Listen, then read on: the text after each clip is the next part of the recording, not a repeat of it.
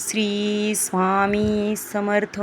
नमस्कार स्वामी भक्तांनो. स्वामी म्हणतात या 3 लोकांपासून नेहमी दूर राहा.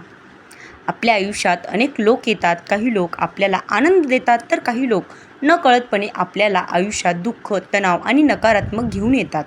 कधीकधी आपण मनापासून एखाद्यावर विश्वास ठेवतो, त्यांच्यासाठी सर्व काही करतो, पण शेवटी तीच व्यक्ती आपल्याला सर्वात जास्त त्रास देते.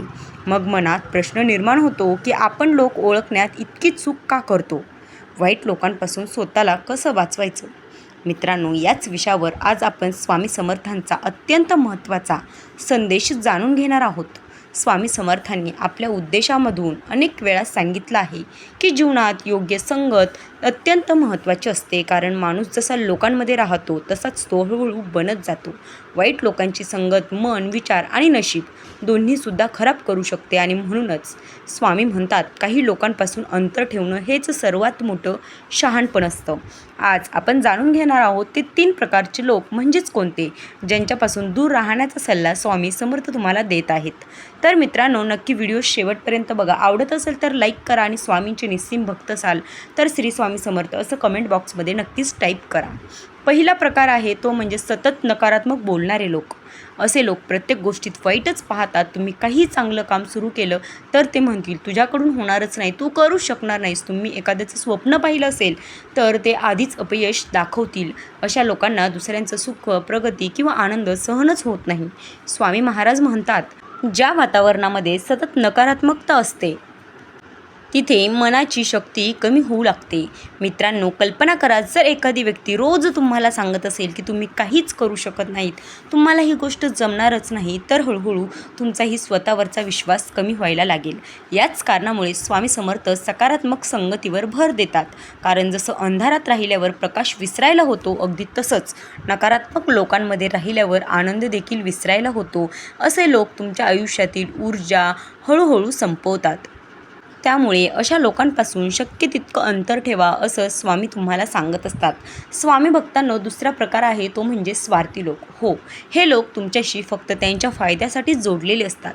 जोपर्यंत त्यांना तुमच्याकडून काहीतरी मिळत असतं तोपर्यंतच ते तुमच्यासोबत राहतील किंवा तुम्हाला साथ देत असतात. पण ज्या दिवशी तुमच्याकडून काही उरणार नाही, त्यांना देण्यासाठी तुमच्याकडं काही राहणार नाही, त्याच दिवशी ते सर्वात आधी दूर जातील, कारण ते फक्त त्यांच्या स्वार्थासाठी तुमच्याजवळ आलेले असतात. स्वामी समर्थ सांगतात, खरं नातं तेच जे सुखात आणि दुःखात दोन्ही वेळेसुद्धा आपली साथ देतं. आजकाल अनेक लोक फक्त उपयोगापुरतेच संबंध ठेवतात. तुमच्याकडे पैसे असेल, पद असेल, फायदा असेल तर लोक तुमच्या भोवती फिरतील, तुम्हाला पाहिजे ते आणून देतील, तुमच्या पुढे पुढे करतील. पण संकट आलं की तेच लोक गायब होतील. मित्रांनो, जीवनात प्रत्येकाला कधी ना कधी कठीण काळ हा येतोच आणि त्यावेळेस कोण आपलं आहे ते खरं समजतं. तेव्हाच कळतं की आपलं कोण आणि परकं कोण. स्वामी समर्थ महाराज म्हणतात की जो व्यक्ती फक्त स्वतःचाच विचार करतो तो कधीच दुसऱ्यांचं भलं करू शकत नाही. अशा लोकांपासून नेहमीच सावध राहा, कारण ते तुमच्या भावनांचाही उपयोग करू शकतात. मित्रांनो, तिसरा प्रकार आहे तो म्हणजे खोटं बोलणारे आणि विश्वासघात करणारे लोक. हो, हे लोकसुद्धा तुमच्या आयुष्यातील सर्वात मोठी निगेटिव्हिटी निर्माण करणारे लोक आहेत.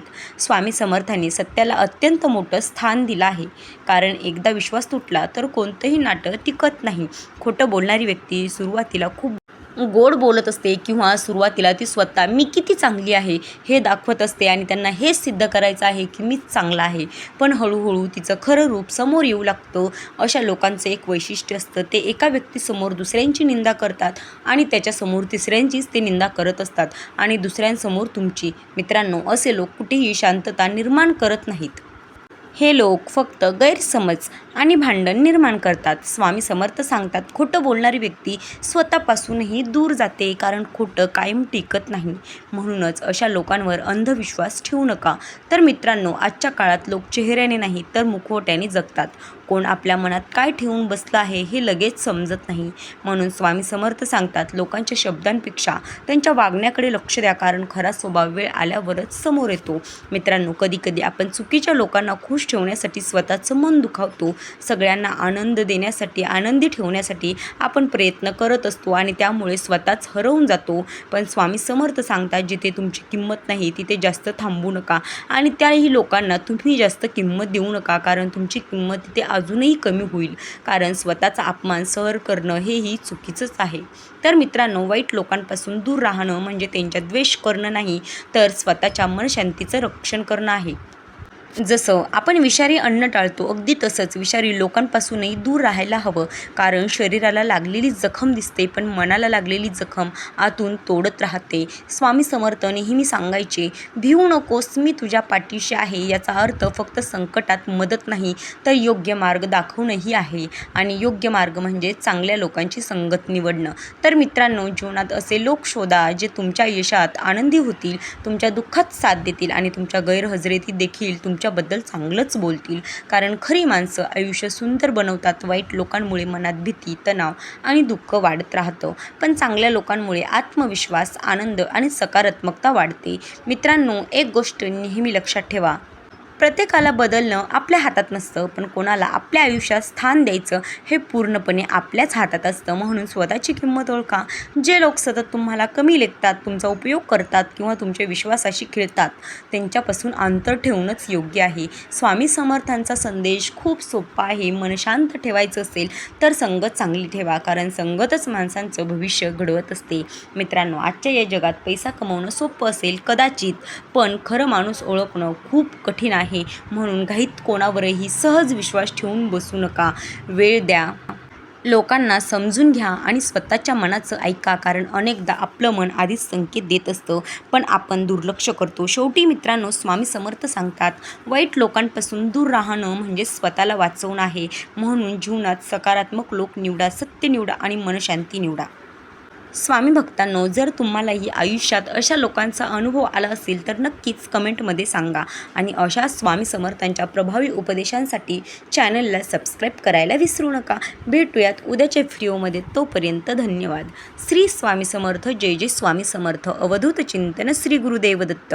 तुमच्यावर आणि तुमच्या परिवारावर स्वामींची कृपा सदैव राहो हीच स्वामींच्या चरणी प्रार्थना. धन्यवाद.